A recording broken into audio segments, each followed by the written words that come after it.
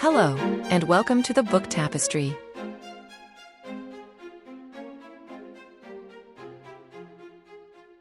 Have you ever considered that the most dangerous place to hide a secret isn't in a dark alleyway, but in the blinding, endless white of the Arctic? We often think of anonymity as something we find in the wilderness, but what if the wilderness is actually the ultimate surveillance machine? Welcome back to the show. I'm Sophia Wordsmith, and this is episode 16. Today, we're venturing into the coldest reaches of the human psyche and the literal end of the world to explore a concept I call the frozen Panopticon.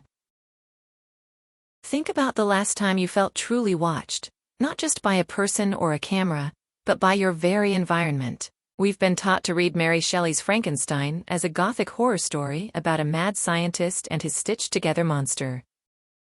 But what if that's just the surface? What if, at its core, this is a profound study of visibility, power, and the impossibility of escape?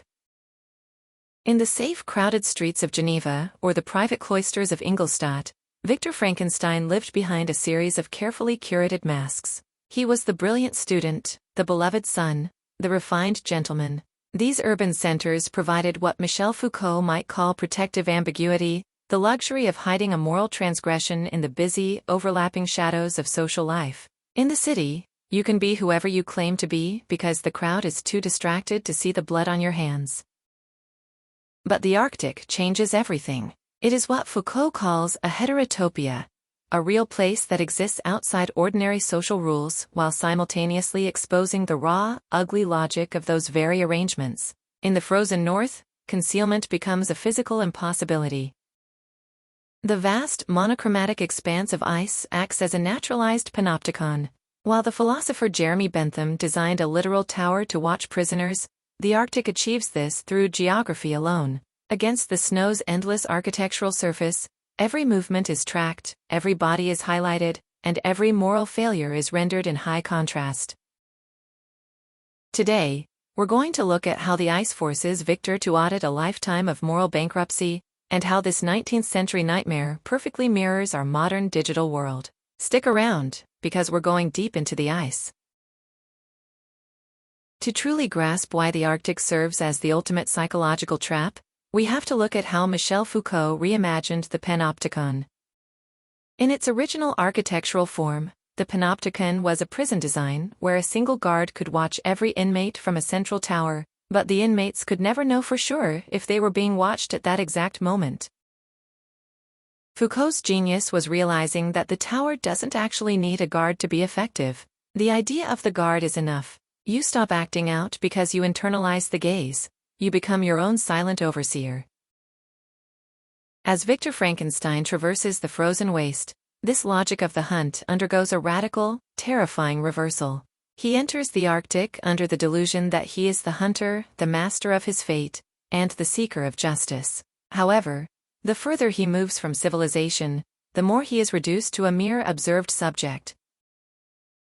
The creature ceases to be a monster hiding in the shadows and instead becomes a mobile guard, meticulously leaving a trail of footprints and psychological breadcrumbs across the shifting ice floes. In this frozen laboratory, surveillance is no longer a human institution or a brick-and-mortar building. It has become an atmospheric condition. The ice doesn't just hold Victor, it reports on him. Victor is eventually forced to confront a reality he spent years trying to ignore. He cannot outrun a creation that has now become his omnipresent, godlike observer. This landscape effects a radical role reversal that strips Victor of his most prized possession, his scientific detachment. Throughout the novel, Victor occupies the privileged position of the clinical observer. He is the one who peers into the secrets of nature, the one who dissects bodies as if they were nothing more than manageable, mechanical components. But here, on the monochromatic stage of the North, the roles are flipped. He is no longer the man behind the microscope, he is the specimen under the lens. The creature, stalking the horizon and appearing only when it chooses, assumes the sovereign role of the watcher. In this panoptic field, Victor is no longer hidden behind the tall walls of his laboratory or the shield of his scientific authority.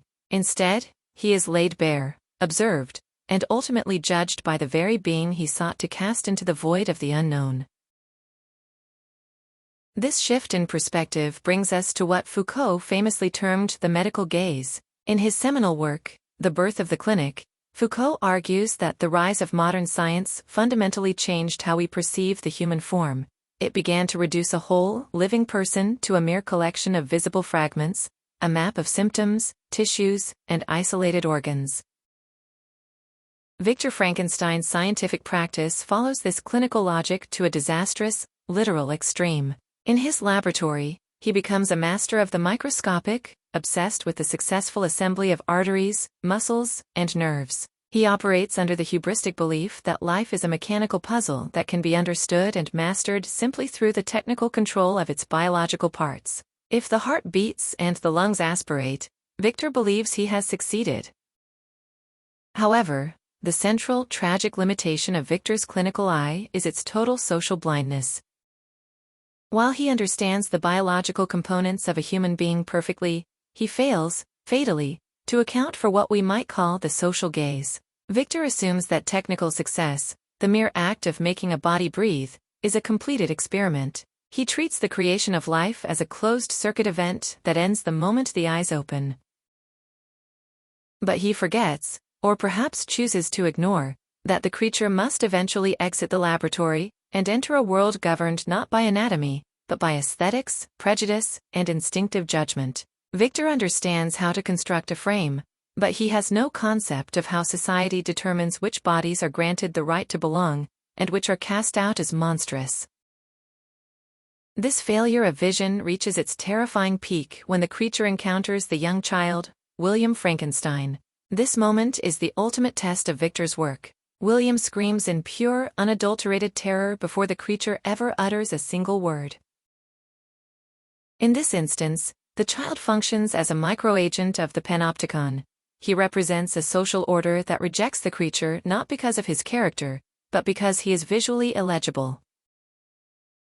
The creature is too visibly assembled, too obviously a patchwork of disparate parts, to fit into any recognizable human category. By treating his creation as a private anatomical project rather than a social being, Victor ignored the invisible, yet invincible, systems of judgment, beauty, legitimacy, and belonging that truly govern our social existence. He gave the creature life, but he denied him a place in the light.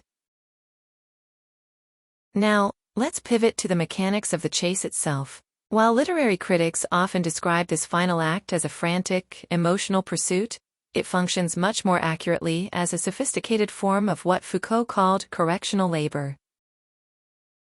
In Foucault's model of the modern penal system, punishment is no longer about just breaking the body on a rack, it is designed to be productive. The condemned are not merely meant to suffer, they are made to work, to reflect, and to be recoded through disciplined activity. In the desolate theater of the frozen north, Victor's life sentence is the chase itself. He believes he is the protagonist of an epic hunt, but in reality, he has been drafted into a grueling labor camp of one.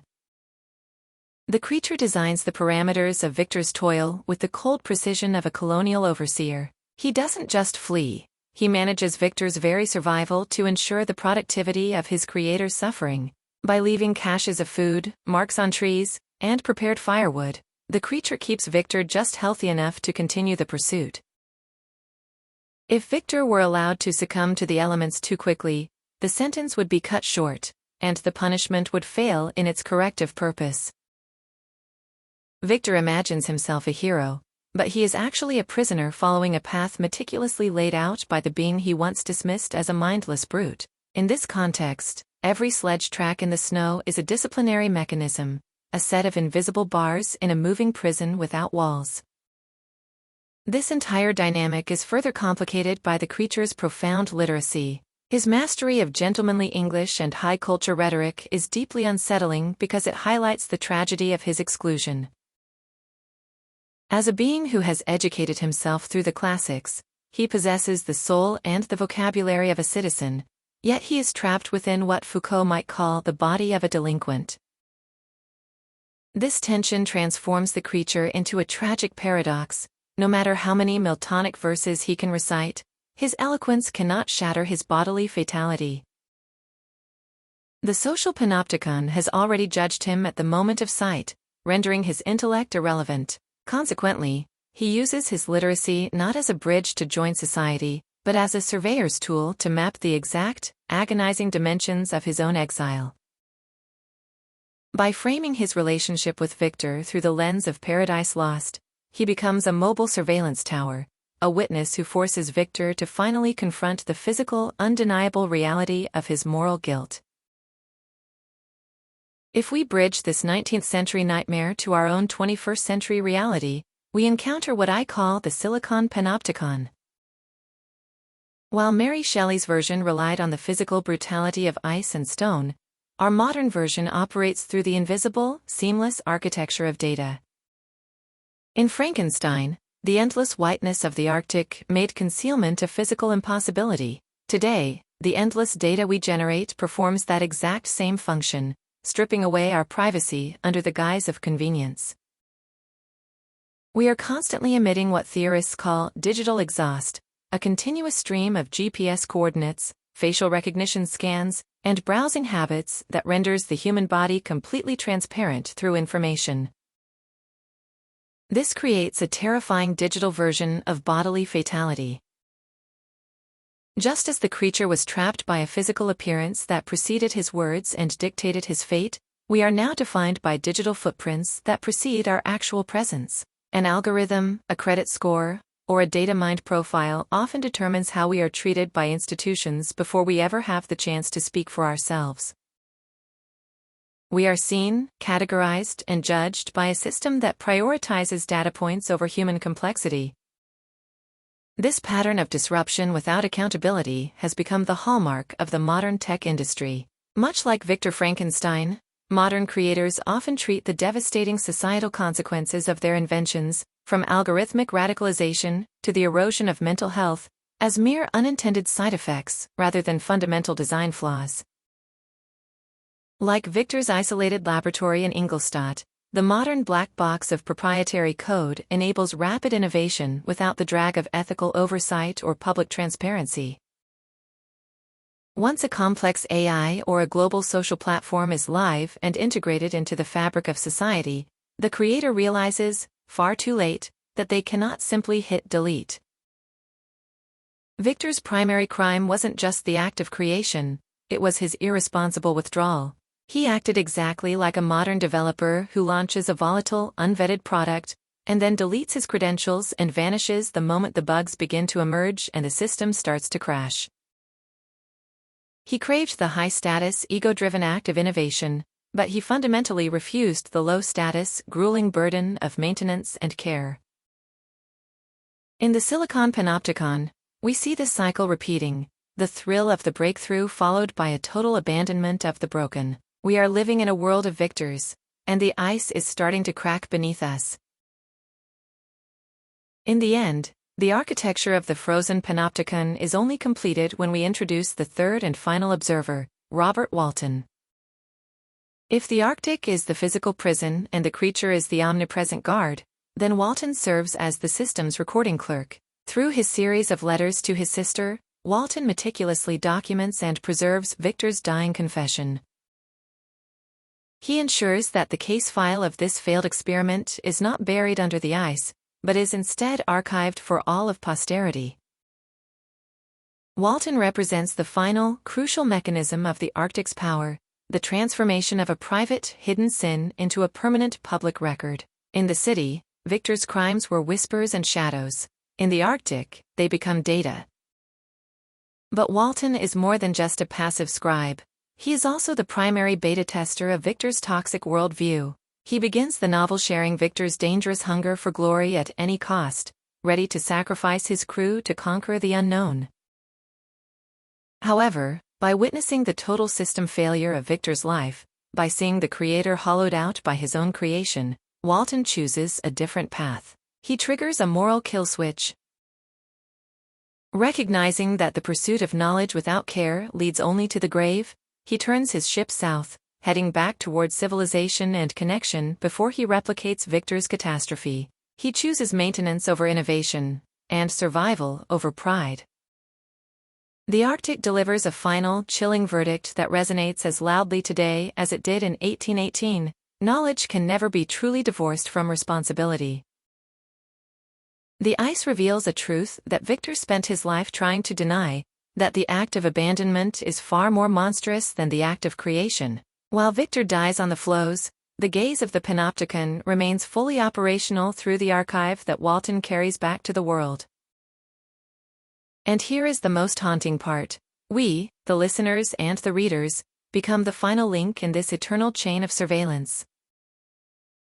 By engaging with this story, we are the ones who keep the file open.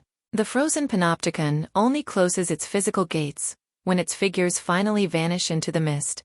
But the record remains, watching, recording, and waiting for the next creator who thinks they can outrun the consequences of what they bring into the world. Thank you for joining me on this journey into the white. I'm Sophia Wordsmith. Be careful what you build, and be even more careful what you leave behind. Thank you for listening to The Book Tapestry. If you found this helpful, please share it with a friend who prefers listening over reading. See you next time.